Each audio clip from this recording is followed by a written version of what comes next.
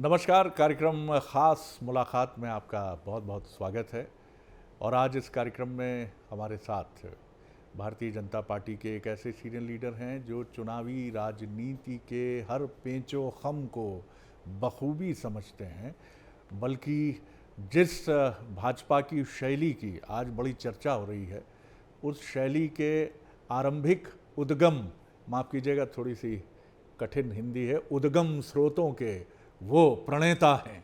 जी हाँ, आपको थोड़ा नाटकीय लग रहा होगा, लेकिन ये सत्य है। यानी ये जो पुल बना और जिस पुल के उस तरफ कांग्रेस थी और इस तरफ बीजेपी थी और इस पुल से कांग्रेसियों का बीजेपी से मिलन हुआ, उस मिलन के आरंभिक रचनाकारों में उनका नाम लिया जाता है।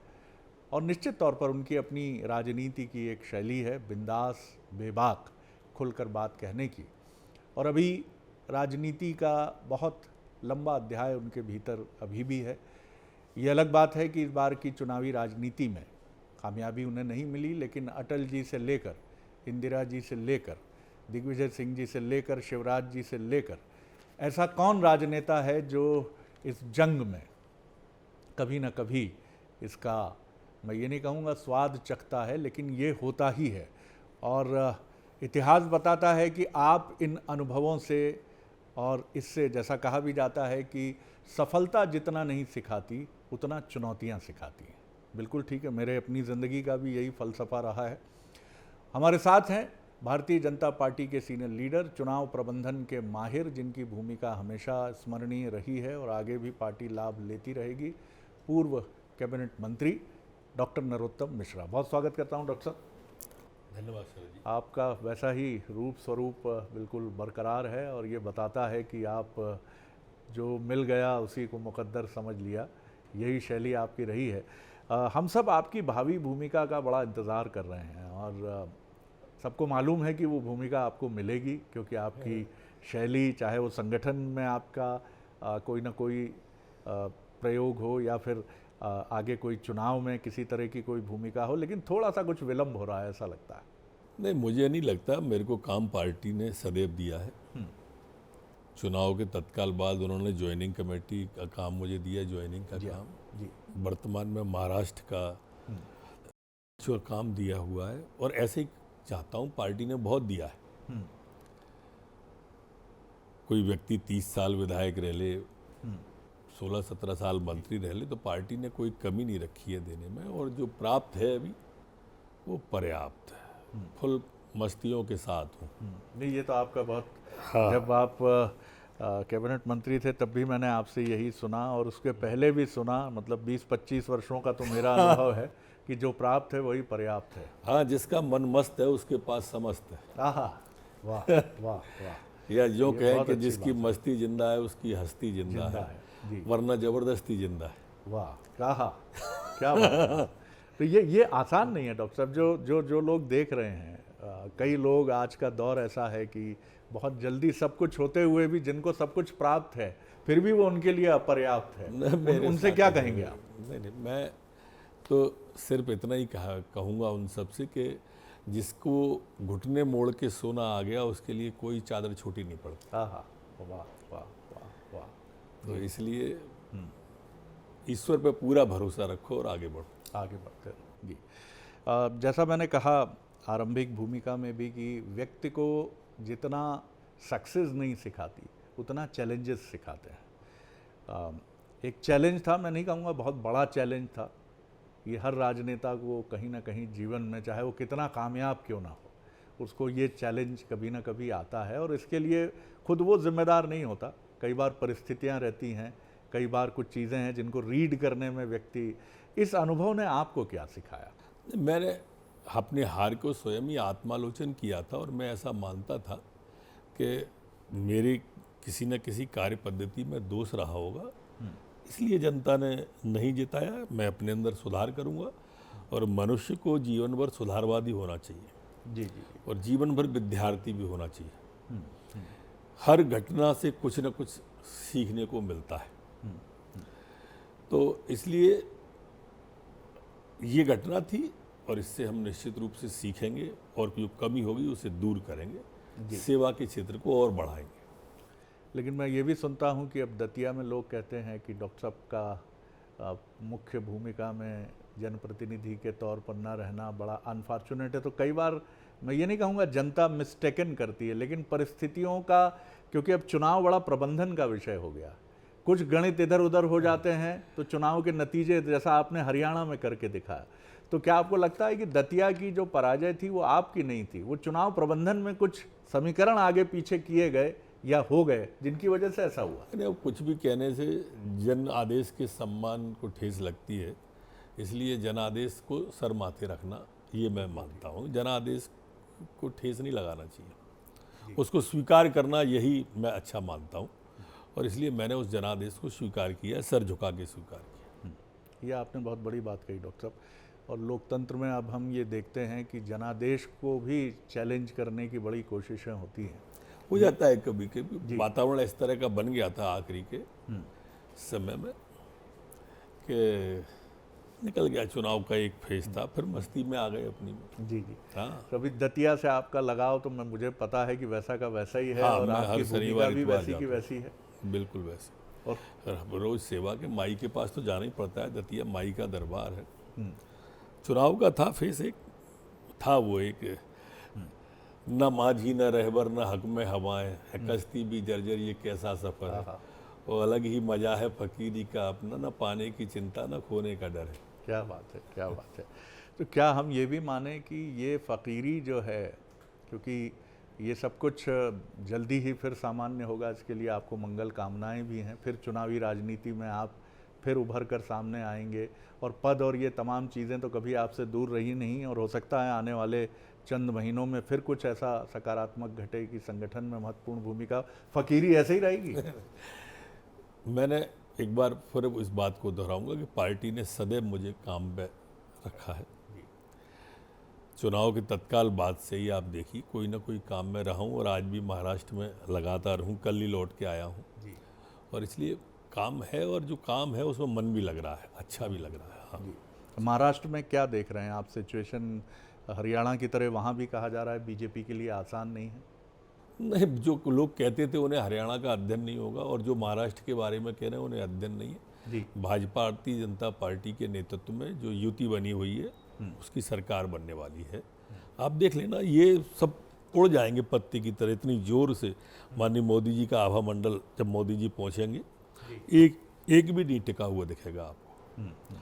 भारतीय जनता पार्टी का काम बहुत अच्छा है, हमारे पारिवारिक संगठनों का काम बहुत अच्छा है, और बिल्कुल मन सा वाचा कर्मणा कार्यकर्ता बिल्कुल सरकार बनाने के लिए उद्यत है। और जो काम किया है अभी 2.5 साल में सरकार ने जी, और मोदी जी का विकास जो हुआ है महाराष्ट्र में अद्भुत है। आप जाके देखेंगे महाराष्ट्र, दरअसल में महाराष्ट्र ही है वो, शहरी शहर है, वहाँ गाँव तो दिखते नहीं है सड़क से चलो तो, जो भी है वो शहर है। शहर, हाँ। छोटा है या बड़ा है ये अलग बात है, पर है शहर ही वो, लगता है इस तरह का बन गया है वो। और अच्छा संपन्न प्रदेश है वो, आदिकाल से मुंबई का अपना वो रहा है। अपन तो छोटे थे तब से मुंबई की चर्चा, कोई भाग के जाता था घर से तो कहाँ गया है, बोले मुंबई ढूंढो, मुंबई तो नहीं गया, हीरो बनने चला गया, फिल्मों में चला गया। तो महाराष्ट्र का अपना है, और वहाँ भारतीय जनता पार्टी सरकार बनाई। हरियाणा के जब नतीजे आए तो शिवसेना उद्धव ठाकरे गुट के प्रवक्ता राउत साहब और जो प्रियंका संजय रावत चतुर्वेदी हैं जी, इनके दोनों के स्टेटमेंट बीजेपी को लेकर उनके बीच की कहानी को पढ़ने की कोशिश मीडिया ने भी की, बीजेपी की तारीफ की, और कहा कि कांग्रेस बिना बैसाखी यानी कोलिशन के सहयोगी दलों के बिना कांग्रेस की जीत संभव नहीं। क्या आप महसूस करते हैं कि आगे जाकर इस चुनाव में उद्धव गुट के साथ बीजेपी अपने सबसे पुराने घटक दल के साथ मिल भी सकती है? मुझे तो ऐसा प्रतीत नहीं हो रहा बिल्कुल भी जी। मैं चूँकि महाराष्ट्र में नज़दीक से देख रहा हूँ उसको, ये तो मुझे संभावनाएं कुछ प्रतीत ऐसी हो नहीं रही है। और भारतीय जनता पार्टी का कार्यकर्ता नीचे ग्रॉस रूट पे बूथ क्या पेज प्रभारी तक पहुंच गया है। काम इतना बारीक पार्टी कर रही है वहाँ पे, तो इसलिए अब इनकी सबकी ज़रूरत भी नहीं रह गई है कि इन सबको किया जाए। अब चुनाव की घोषणा हो गई, अब तो चुनाव लड़ा जाए, जो होगा बाकी देखा जाएगा। मेरे ख्याल से अब कुछ नहीं। एक नाथ शिंदे कहते हैं दाढ़ी वाले को नज़रअंदाज नहीं किया जा सकता, महाअघाड़ी को गड्ढे में डाल दिया है उनकी स्ट्रेंथ, मानते हैं? देखिए, जो भी भाजपा के साथ हैं उन सबको लाभ मिलने वाला है, जो भाजपा से दूर है इनका नुकसान होने वाला है। अब इनमें कोई ज़्यादा मामला जम नहीं रहा। मैं फिर आपके चुनाव प्रबंधन की शैली की तरफ आता हूँ। भाजपा की जो अभी की राजनीति है उसमें प्रबंधन बहुत केंद्र में है, जिसको आप भी खूब समझते हैं क्योंकि उसको लेके आप भी खूब आगे बढ़े। लेकिन एक्सपर्ट्स और समीक्षक ये मानते हैं कि बीजेपी की जो मूल ताकत है वो है हिंदुत्व और जनता से जुड़े विकासशील मुद्दों की समझ। जैसे 2003 में आप सड़क बिजली पानी पे आए, 14 पर अच्छे दिन आने वाले हैं उस पर आए, अब आप कई बार प्रबंधन की तरफ जाते हैं, तो क्या ये लंबे समय तक बीजेपी का साथ देगा कि आप मानते हैं कि दोनों का एक आइडियल कॉम्बिनेशन लेके चल रहे हैं? हिंदुत्व शरद जी कोई चुनावी मुद्दा नहीं है, हिंदुत्व एक जीवन शैली है। और ये जो तुष्टीकरण की राजनीति कांग्रेस या उसका अलायंस ईडी गठबंधन करता है, उसके दुष्परिणाम भोग रहा है, वो आगे भी भोगेगा। जिस तरह वो सनातन पर चोट करते हैं, जिस तरह राहुल गांधी हिंदू और हिंदुत्व को बांटने की कोशिश करते हैं, जैसे वो देश को जातियों में बांटने की कोशिश करते हैं, क्योंकि जब जब जातियों में बंटने की बात आती है कांग्रेस समर्थन में खड़ी हो जाती है और जैसे ही हिंदू की बात आती है कांग्रेस दूर हो जाती है। ये उसकी जो तुष्टीकरण की राजनीति है, एक समय तो चल गई जी, लेकिन धीरे धीरे अब लोग इसको समझने लगे, क्योंकि ये सोशल मीडिया का जमाना है।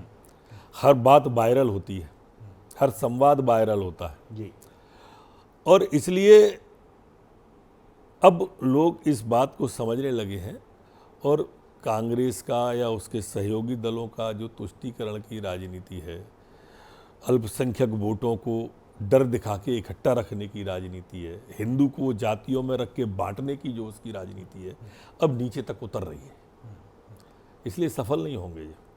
हरियाणा में आपने जो किया कि जाट वोटों के मुकाबिल ओबीसी नेता नायब सिंह सैनी और उनके सहारे आपने एक ओबीसी मतदाताओं को एकजुट किया और कुछ छोटी पार्टियां जो थी उनके सहारे आपने जाटों के वोट काटे और कांग्रेस को बिल्कुल अलग थलग कर दिया। इस राजनीति को आप क्या कहेंगे? कहीं ना कहीं ये भी एक विभाजनकारी राजनीति पार्टी ने किसी को अलग नहीं किया, ना जाट को ना किसी को।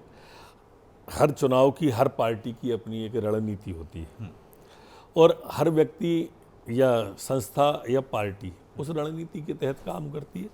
हम प्रारंभ से हरियाणा में इसी दिशा में बढ़े जी, ऐसा नहीं है अभी 10 साल की सरकार हमारी रह चुकी है, हम 10 साल इसी दिशा में बढ़े हैं। हमने किसी की उपेक्षा नहीं की, किसी से अपेक्षा नहीं की। हम जो नीति और सिद्धांत था भारतीय जनता पार्टी का वो उसी पे चली जी। रामनिवास रावत जी को लाने में आपकी भूमिका देखी गई, लेकिन पार्टी का एक वर्ग कार्यकर्ताओं का जो बड़ा मजबूत है, जिसको कैलाश विजयवर्गीय जी कहते हैं कि कलदार है, और मैं छिंदवाड़ा में था तो बीजेपी के मूल कार्यकर्ता कह रहे थे कांग्रेसी जो आए हैं ये चिल्लर हैं, असली कलदार तो हम हैं, खनकने वाले तो हम हैं। अब ये नाराजगी होती है कि एक व्यक्ति के लिए कैबिनेट का विस्तार होता है। रामनिवास जी आए हों या दूसरे कोई आए हों, ये सब लोकसभा के पहले की बात है जी।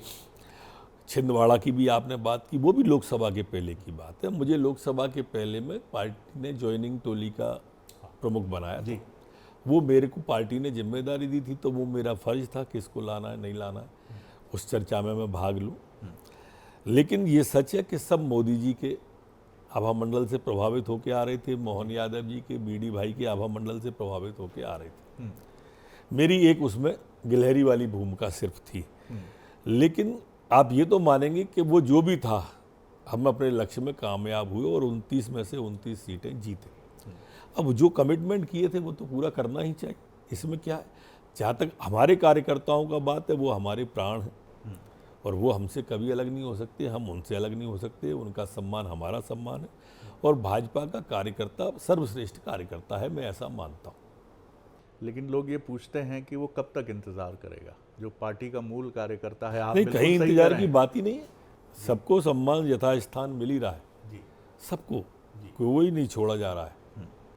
भूपेंद्र सिंह इंतजार कर रहे हैं, गोपाल भार्गव जी को आप कह के संतुष्ट कर सकते हैं क्या? इंतजार करने वाली बात नहीं है जी। पार्टी ने ऊपर से कोई नीति बनाई है तो ऊपर से तय लिस्ट होके आई है ना, पार्टी जो भी तय करेगी उसको काम में वो जो काम ये देगी ऊपर से तय। वो तो लिस्ट पहले ही से आई है, तो रामनिवास जी के पहले की है जी इसको रामनिवास जी से हम नहीं जोड़ सकते हैं ना, ये तो उसके पहले की आई हुई लिस्ट है। विधानसभा चुनाव जब 163 आए थे तब की लिस्ट है वो। अपन आ गए रामनिवास जी लोकसभा पे, ये बात हो रही है विधानसभा की 6 महीने पहले की बात। तो इसलिए वो संगठन ने तय किया, पार्टी ने दिल्ली से जो भेजा वो स्वीकार सर माथे करना भी चाहिए। सुमित्रा महाजन जी भी जब उनके टिकट की भी चर्चा थी इस लोकसभा के पहले, तो उन्होंने भी कहा था कि नहीं देना है टिकट तो पहले बता दो, दुविधा में क्यों रहते हैं। गोपाल भार्गव जी का भी दबे छिपे या खुले भी यही बात आई कि भैया बता देना था कि अब आप बैठो घर पे चुपचाप आराम करो, बहुत मिल गया आपको, कैबिनेट मंत्री रहे मध्य प्रदेश में, 8 बार के विधायक हैं, अब और क्या चाहिए। ये चीज़ थोड़ी कठोर नहीं लगती डॉक्टर साहब? दोनों ही वरिष्ठ नेता हैं हमारे, ताई भी बहुत मैंने लोकसभा अध्यक्ष रही और आदरणीय भार्गव जी भी 18 साल मंत्री रहे हैं और मैं समझता हूँ 35-40 साल विधायक रहे भार्गव जी। माने सर्वाधिक विधायक रहने का भी अगर कोई बनेगा तो उनके पास ही आता दिख रहा है मुझे तो, गोल्ड मेडल। लेकिन फिट हैं, मुकद्दर अभी भी हाँ भांजते हैं वो। एकदम जी नहीं, संयमित हैं, फिट हैं जी और लोकप्रिय हैं, जी। कई विशेषताएं साथ में लिए हुए हैं। मेरे बड़े भाई हैं, मार्गदर्शक। जी, हो सकता है गवर्नर हो जाए कहीं, ये पार्टी का निर्णय होगा। ये तो दिल्ली जाने साहब, मेरी हैसियत ही नहीं है जी कि मैं इतनी बड़ी बात गवर्नर बनाने की हटाने की बोल पाऊँ। ये बताइए कि विजयपुर सीट जो है टफ मानी जा रही है शुरू से, लेकिन आपकी सलवटें बता रही हैं कि ऐसा नहीं है। जी जी। छिंदवाड़ा भी ऐसे ही टफ कह रहे थे ये। हाँ छिंदवाड़ा में जो उपचुनाव हुआ जी, उसका भी ऐसे ही कह रहे थे कि बहुत टफ है और कांग्रेस का कैंडिडेट ऐसा है और कांग्रेस का कैंडिडेट वैसा है। हाँ, चुनाव के पहले तक ये ऐसे ही बोलेंगे, विजयपुर टफ है, बुधनी टफ है, और बाद में फिर कहेंगे ईवीएम में गड़बड़ी है, प्रशासन का दुरुपयोग किया गया, शराब बांट दी गई, पैसा तयशुदा है कांग्रेस के फंडे। पहले इनके सारे प्रवक्ता बताएंगे। मैं पिछले 25 साल का इतिहास बता रहा हूँ आपको, चुनाव का भी और आम चुनाव का भी और उपचुनाव का भी और लोकसभा का भी।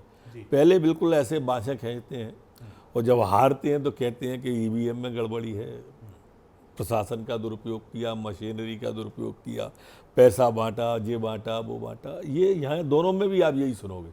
ये अभी जो कह रहे हैं ना कि बहुत टफ है, कुछ नहीं है। तो आप इस कागज़ पे बना चुके हैं विजयपुर की स्ट्रेटजी, मुझे ऐसा लगता है। मैं विजयपुर गया हूँ, आप तय मान के चलिए, एक तरफा वेब है। ये जो भी लोग कह रहे होंगे ये काल्पनिक है। जो फील्ड में नहीं गए होंगे वो कह रहे होंगे टफ है। जो फील्ड में, रामनिवास जी जब हमारे साथ नहीं थे तब भी वहाँ से जीतते आए, 6 चुनाव जीत गए हैं वो, 4 जीते हैं, 6 जीते हैं वो, 6 चुनाव जीत गए वहाँ से। तो वो ऐसे ही थोड़ी जीते होंगे, 1 या 2 ही चुनाव हारे हैं उससे, बाकी लगातार वो जीतते रहें। तो उनका काम है वहाँ पर, और जनता विकास देखना भी चाहती है। वो एक अंदर जाके, रामनिवास जी ने भी विकास के लिए ही ये निर्णय लिया है कि मुख्य धारा में आ जाएं, डबल इंजन की सरकार में आ जाएं, जिससे क्षेत्र का भला हो जाए। अपने जीवन में उन क्षेत्र वालों ने बहुत दिया है, अब उनके देने का अवसर आया है। अब वो मंत्री हैं और मंत्री को क्यों हराएंगी पब्लिक? भाई अगले 4 साल तो सरकार भाजपा की ही रहना है ना।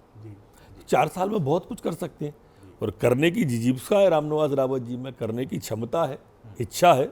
डॉक्टर साहब, बीना में क्या अटका है मामला? जो मैडम सप्रे हैं, अब वो तकनीकी रूप से भले ही कांग्रेस में मानी जाएं या वो कहें कि दल बदल नहीं हुआ है, विधानसभा सचिवालय कहे दल बदल नहीं हुआ है, लेकिन ये क्या लगता है इसके पीछे क्या कारण है? कांग्रेसियों ने अभी प्रदर्शन भी किया उनके क्षेत्र में। कारण कोई विशेष नहीं होगा। कल मैंने उनका पढ़ रहा था पेपर में या व्हाट्सएप पे किसी पे आया हुआ था कि वो जल्दी निर्णय लेने वाली हैं, अध्यक्ष जी से मिलने वाली हैं, 1-2 दिन में निर्णय लेंगी शायद। मध्य प्रदेश से जुड़े 1-2 सवालों के साथ मैं ख़त्म करूंगा बातचीत को। विधान परिषद का गठन लंबे समय से लंबित है और मध्य प्रदेश विधानसभा में तो उसकी तैयारी भी है लंबे समय से। जब से नई विधानसभा 2000 के आसपास बनी है, वहाँ विधान परिषद के लिए अलग जगह रखी गई है। आखिर क्यों ये पूरा नहीं होता? आप जैसे भी महत्वपूर्ण नेता हैं जिनके लिए वहाँ जगह हो सकती है, और कई लोग हैं जो पार्टी का दायरा अब निरंतर बढ़ रहा है। 1.5 करोड़ आपने मध्य प्रदेश में बना लिया। प्रधानमंत्री ने बधाई दी इसके लिए मध्य प्रदेश संगठन को कि कमाल किया। 2 करोड़ यूपी में बने और 25 करोड़ में, और यहाँ आपने 8 करोड़ में बना लिए 1.5 करोड़। तो विधान परिषद को लेकर क्यों नहीं आगे बढ़ रही है सरकार? ऐसा नहीं है मध्य प्रदेश में विधान परिषद को लेके आगे नहीं बढ़ रहे हो। देश में लगभग आधे प्रदेशों से ज़्यादा में विधान परिषद नहीं है जी। आधे देश में नहीं है, पर कोई भी प्रदेश नहीं बढ़ रहा है उस दिशा में। अलग अलग राय अलग अलग लोगों की अलग अलग आती है। लोग मानते हैं कि इसकी आवश्यकता नहीं है। भविष्य में शायद जैसे माननीय प्रधानमंत्री जी का संकल्पना उभर के आ रही है एक देश एक चुनाव वाली, तब उसके बाद ही कोई इस पर ठीक स्पष्टता आएगी, अन्यथा धुंधलका ही रहेगा, ऐसा मैं मानता हूँ। आखिरी सवाल कर रहा हूँ, डॉक्टर मोहन यादव की सरकार 10 महीने पूरे कर रही है और एक अलग अप्रोच है उनका, बड़े तेज़ निर्णय लेना, जहाँ भी उनको लगता है कि कुछ गलत हुआ है बड़े उच्च स्तर पर भी आगे बढ़कर वो काम करने की तरफ तेज़ी से बढ़ते हैं।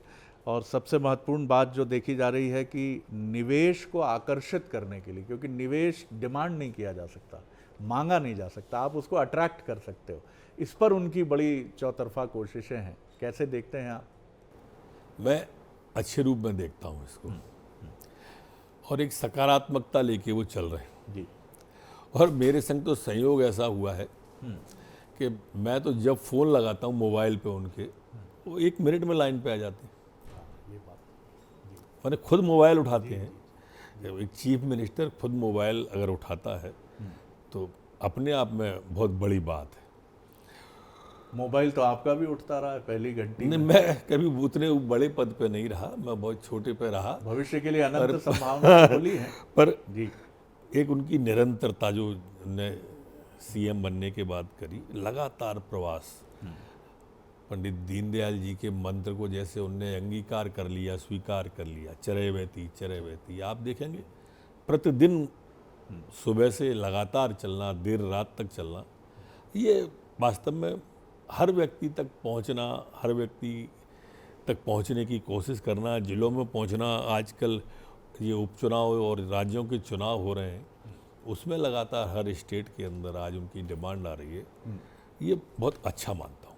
तो आप मानते हैं सरकार ठीक दिशा में, हाँ, सकारात्मक तरीके से आगे बढ़ रही है? बिल्कुल बिल्कुल जी जी, बहुत शुभकामनाएं डॉक्टर साहब। और महाराष्ट्र में जो आपकी मौजूदा भूमिका है, जिसके लिए आप माहिर माने भी जाते हैं, उसके लिए भी आपको बहुत शुभकामनाएं।